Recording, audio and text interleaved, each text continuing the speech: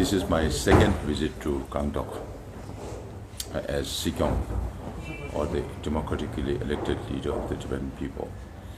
Now, since we assumed office, that was also the time when pandemic was raging, and the world was looking at China in a different way.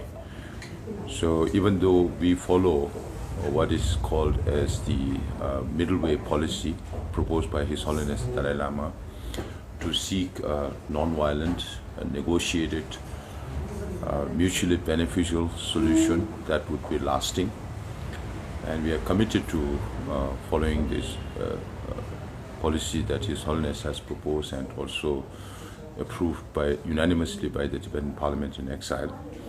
We decided to change the strategy a little bit, because when we say middle way, then you also talk about the extremes or the polarities.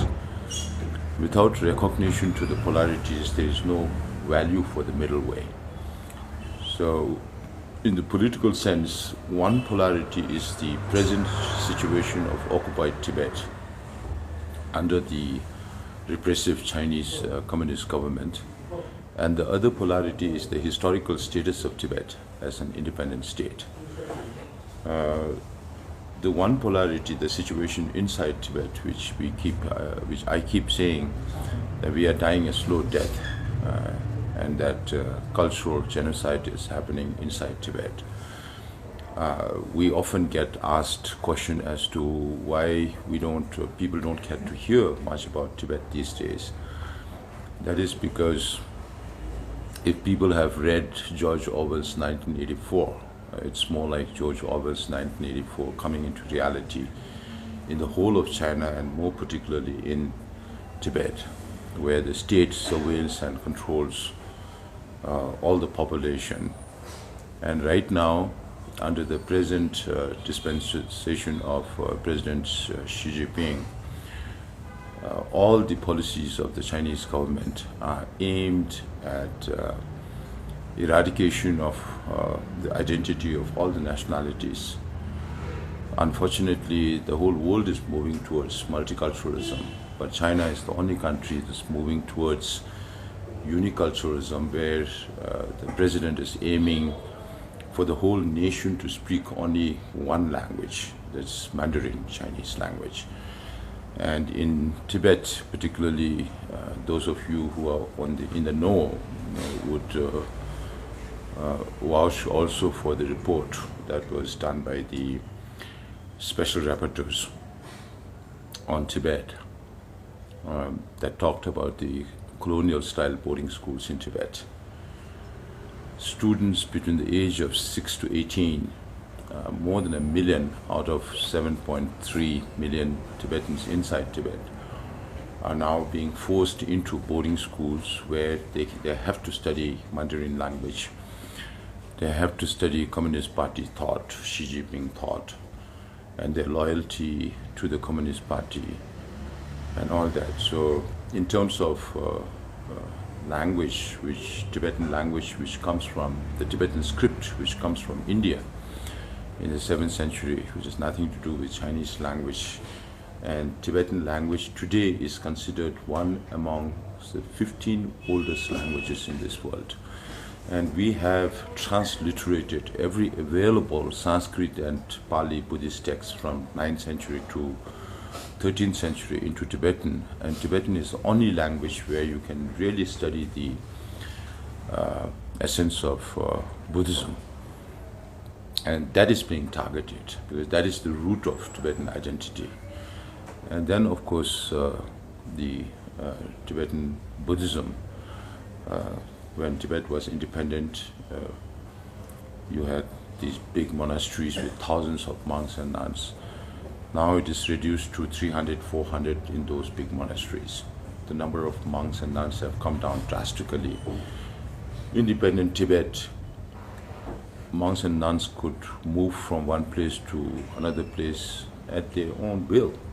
But today, for monks and nuns, you need at least 4 or 5 different permits to travel from one place to another to preach.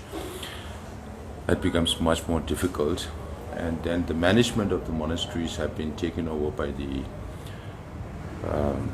United Front Work Department and the multiple intelligence departments, both national and regional level. And now the communist government, who does not believe in any religion, also wants to be responsible for setting up curriculum for Buddhist studies in Tibet.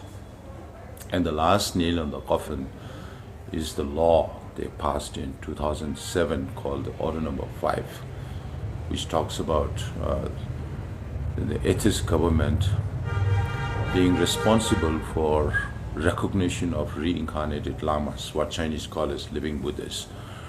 So this is aimed at the yet to come 15th Dalai Lama, because they know that if they can control the next reincarnation of this Dalai Lama, they can control the Tibetan people. So they have been preparing for the demise of this Dalai Lama for a very, very long time. And today His Holiness keeps saying, whenever there are long life prayer offerings, that I would live for another 2 decades and more. And there were propitious pre-signs that this Dalai Lama would live very long. And I tell the Chinese, this message is for you, because you are waiting for this Dalai Lama to die, but this Dalai Lama keeps saying, I'll live long.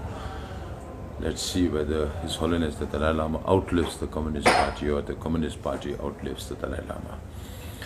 Now with this background, not just on Tibetan language or Tibetan religion or culture or Tibetan environment, way of life, everything is being disrupted. That is why I keep saying that we are being squeezed like by a python, and out of our breath. So we are dying a slow death, culturally, linguistically. The Tibetan identity is being destroyed. So with that in mind and the international political scenario in mind, we changed our strategy a little bit by focusing on the polarities, because what is happening inside Tibet, we keep telling the international community, but the historical status of Tibet is not much focused on. So now there are 4 reasons why we do this. One is to send a clear message to China that they cannot change history. Chinese leaders, just on their whims and fancies, cannot change history, because history is in the past. When His Holiness was also put this condition that His Holiness should say Tibet was part of China, His Holiness said that I'm a Buddhist monk, I cannot lie. And also the fact that His Holiness also says that I'm not a historian, let's leave history to historians. That is one message for the Chinese leadership, that they cannot change history. And the second message is for the international community, because the Chinese government asks every government to say Tibet is part of People's Republic of China. And then all these countries, at the behest of the Chinese government, keeps repeating the statement. So these days we tell the international community that if you keep repeating this statement, you are going against international law, because we have only one agreement with the Chinese, with the Communist Party, that is the 17-point agreement. That was also forced upon us on the threat of war. And the invasion of Tibet in 1950 also was by force. So under international law, it should be null and void. What is happening in Ukraine today with Russia's invasion and what happened to Tibet 74 years ago was the same case. It's the same international law. There's only one international law after Second World War and formation of United Nations and definition of modern nation state. And that is why we tell the international community, please read Tibetan history. That's why I carry 2 books with me these days. One is by Michael van Walt van Praag. He's an expert on international law. And he looked at Tibetan history from a legal perspective. And he correlated the comparative Tibetan history, not just by studying Tibetan history, but also working with about 100 scholars from Central Asia, and establishes the fact that whether it was Tibet Yuan, which is Mongols, when Mongols ruled China from 1271 to 1368, or the relations between Pomodruba, Rinpoche, and Devasangpa dynasties in Tibet for more than 300 years, when China was ruled by the Ming dynasty from 1368 to 1644. And 2 years before that, in 1642, the fifth Dalai Lama took over the political and temporal leadership of Tibet in 1642. 2 years after that, the Mings were overthrown by the Qings in China. Qings are also Manchus, not Chinese. So looking at all these comparative history and also based on international law, he proves that Tibet has never been considered part of China. And then there's a Chinese professor called Professor Lau. He was always intrigued by this question as to why Chinese government is asking, when he was in his university days, as to why Chinese government is asking every government to say Tibet is part of PRC, if what China has been saying, that Tibet has been part of China since ancient times. If Tibet has been part of China since ancient times, then why is Chinese government asking governments to say Tibet is part of PRC today? So then he became a professor. He spent all his life as an academic, and he retired, and then he downloaded all the imperial Chinese historical records from the Communist Party website. And now he has come out with a book in Chinese, which has already been translated into Tibetan. An English version will come out in the next 3 months, where he proves that imperial China has never considered Tibet as part of China. So these two books I carry, and I ask governments to read the books and then make a decision. Without reading Tibetan history, how can you make a decision at the behest of Chinese government? So when they say Tibet is part of PRC, they are trying to give legitimacy to the Chinese government. Then on the other hand, they keep saying, we support negotiations between the representative of His Holiness Dalai Lama and the Chinese government. So I keep telling them, you are contradicting yourself. Because when every country keeps repeating this statement that Tibet is part of PRC, then where's the reason for China to come and talk to us? You are removing the very ground for negotiation. Yeah. Then the third reason we tell them is, why is Chinese government asking every government to say Tibet is part of PRC? Why not East Turkestan? Why not Manchuria? Why not Southern Mongolia? Or Inner Mongolia from China's perspective? That is because the Chinese government knows that they have no legitimacy of their rule in Tibet, and they are trying to seek that legitimacy from the international community. So even now, when I make a statement from here, if there is a response from the Chinese spokesperson in Beijing, they would say, oh, the Tibetan government in exile is not recognized by any country in this world. That is how they try to prove legitimacy. When they don't have, they try to seek that from the international community.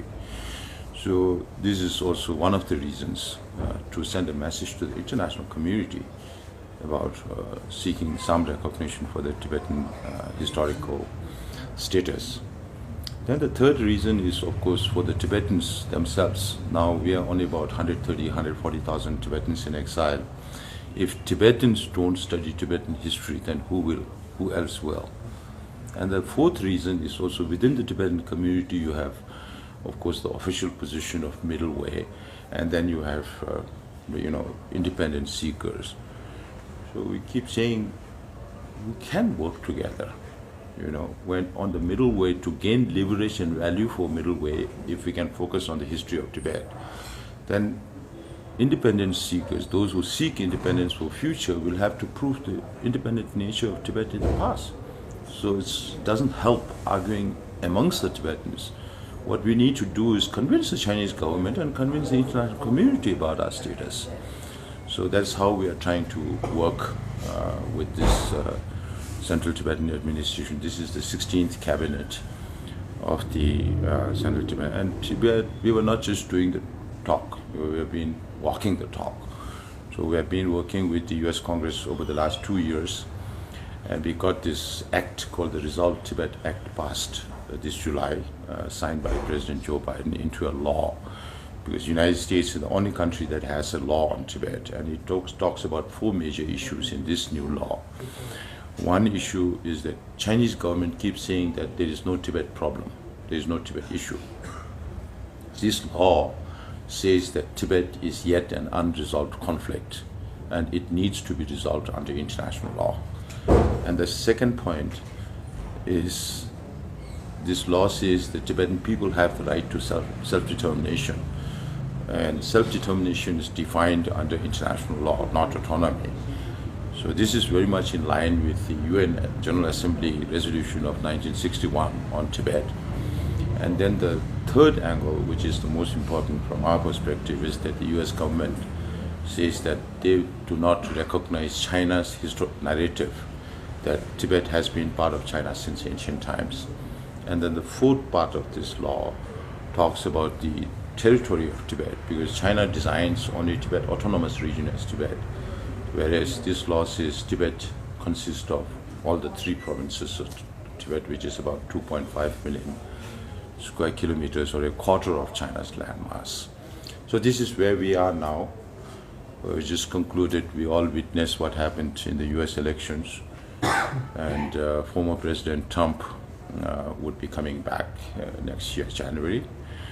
So there will be, every country has been doing a lot of studies if such things happen. So it's a very fluid and dynamic situation that we are watching internationally, what is happening inside China.